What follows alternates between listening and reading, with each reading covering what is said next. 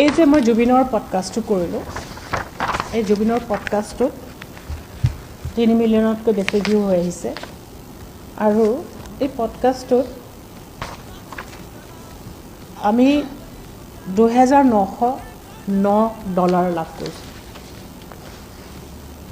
এইখিনি জুবিনে দি যোৱা পইচা। এই পইচাখিনি আমি দেখিছোঁ জুবিনে জীৱন বোধ কৰোঁ সকলোতকৈ আগত থাকিব নতুনসকলক উৎসাহ দিয়াত আৰু সমৰ্থন দিয়াৰ ক্ষেত্ৰত। জুবিনে কৈছিল যে তেওঁৰ মুম্বাইৰ ঘৰটো সকলোৰে কাৰণে মুকলি আছিল, তেওঁ সকলোৱে উৎসাহ দিছিল।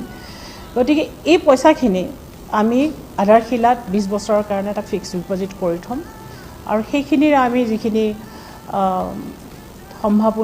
সম্ভাৱনাপূৰ্ণ যিসকল শিল্পী তেওঁলোকক আমি সকলো ধৰণৰ সমৰ্থন দিব চেষ্টা কৰিম আৰু পৰৱৰ্তী সময়ত যদি পাৰোঁ এই ফাণ্ডটো আমি আৰু অকণমান ডাঙৰ কৰিব চেষ্টা কৰিম।